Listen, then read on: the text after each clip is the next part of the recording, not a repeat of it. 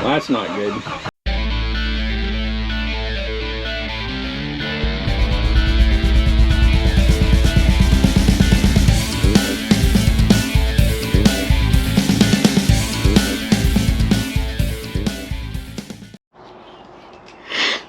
All right, so this thing's been a headache for the last day or so, not wanting to start.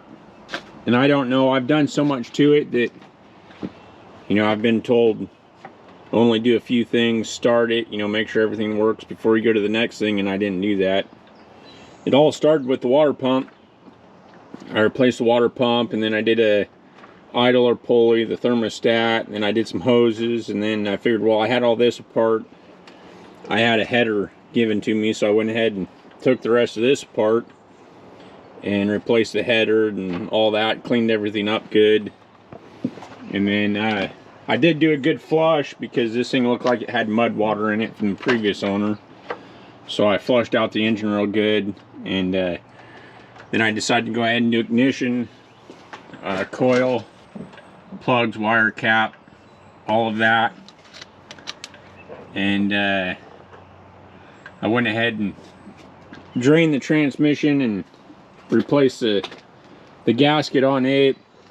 And then wires, I stripped the cab out, and this thing had tons of speaker wires and wires that I don't even know what they were for, all over the place.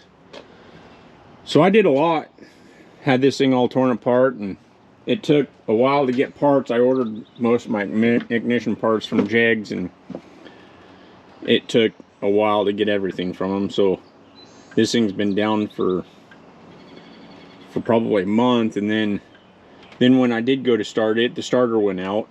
So I actually was working on a video yesterday about doing just a budget starter fix, and I pulled the starter apart, put brushes in it, got it all back together, and crank and no start.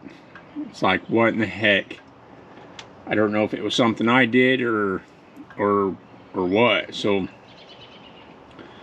I ended up the first thing I checked was I ended up taking and pulling this cap off this shredder valve. And oh, that was the other thing, is I did a fuel filter, and then I had all this fuel rail off, so I wondered if it had fuel. I pulled this off and poked in there, and gas squirted out of it. Of course, I cycled the key several times to make sure I had fuel up to here. So I know I had fuel to there. And then I came over here, and well, I'm by myself, so I did something I probably shouldn't have done. Was I took this wire here and ran it down to the start side of the starter, and made sure it was in park or neutral, and it's not going to take off on me if it did decide to start.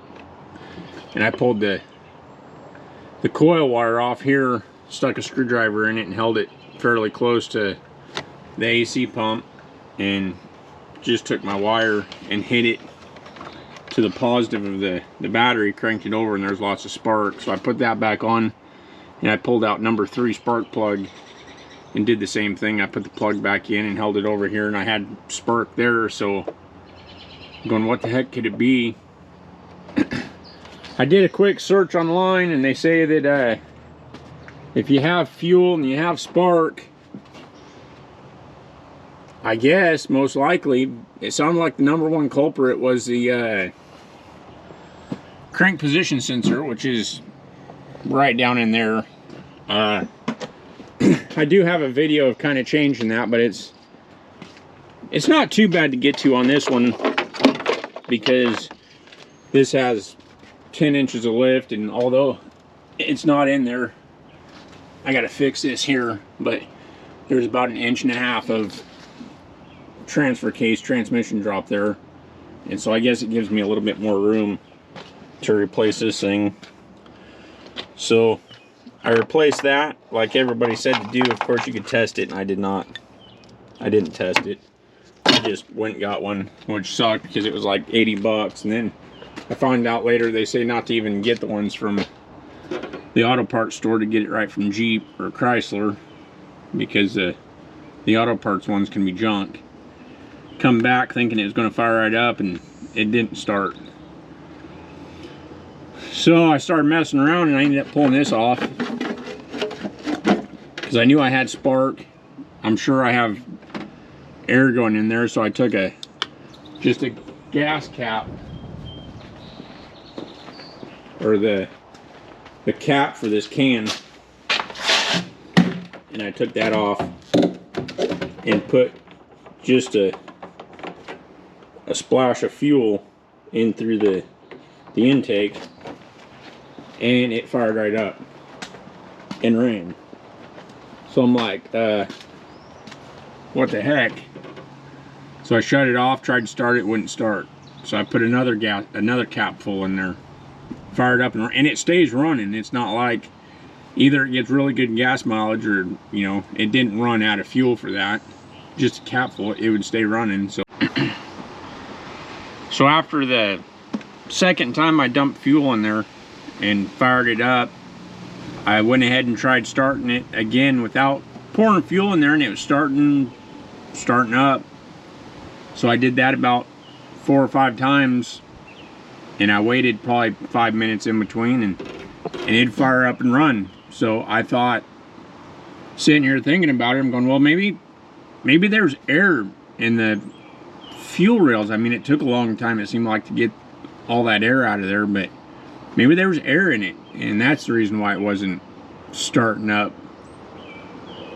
Which only makes sense for probably the first time I fired it up, because it fired up and ran, idled just fine. You would think it's getting fuel through the injector, so you'd think when I shut it off it should have fired right up the second time, and it didn't. So that really doesn't make any sense with the air thing either. But now it's starting and running fine, so I'm all happy. I go in the house, I start making the video that I was going to put out yesterday, and ended up not doing it because I came out this morning and guess what? It didn't start. So now I'm really banging my head on the wall because I know it will run and I don't know what's going on. Anyways, I did a little research this morning and tried to figure out if I'm getting fuel and I'm getting spark, but the injector, why are the injectors, for some reason those injectors aren't firing when I'm cranking on it. Apparently when it gets started, it will run and they'll start firing, but until the computer knows that it's running, it's not wanting to fire those injectors, is what I figured. So I did some research and found out that I believe it was the throttle position sensor. Of course, I was going to throw this back in and kind of mock up what it was doing, but now when I put it back in, it's starting and working. But I noticed that when I turn this thing, it turns pretty smooth. I think I've played with it enough, it may not stick.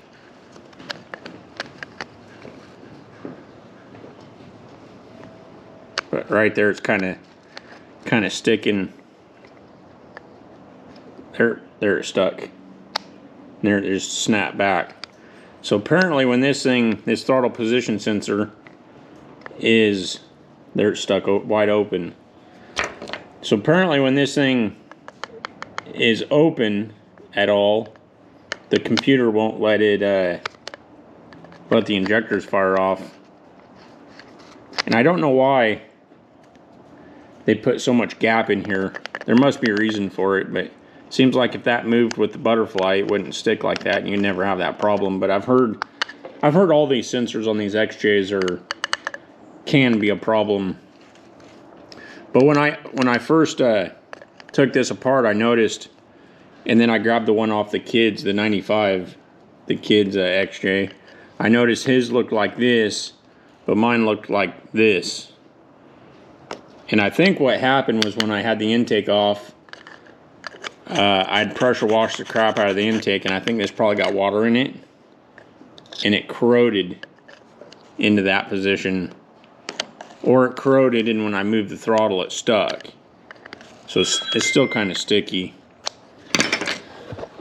So I actually pulled his off, and I I put his on mine and it fired right up and ran just fine.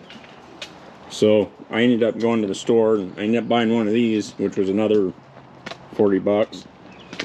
And now, if I have the battery hooked up, I think I do, it fires right up.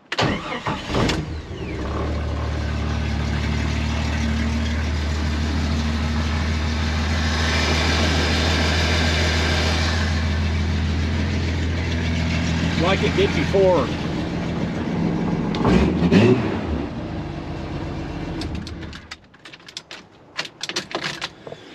So it's fixed, at least for now.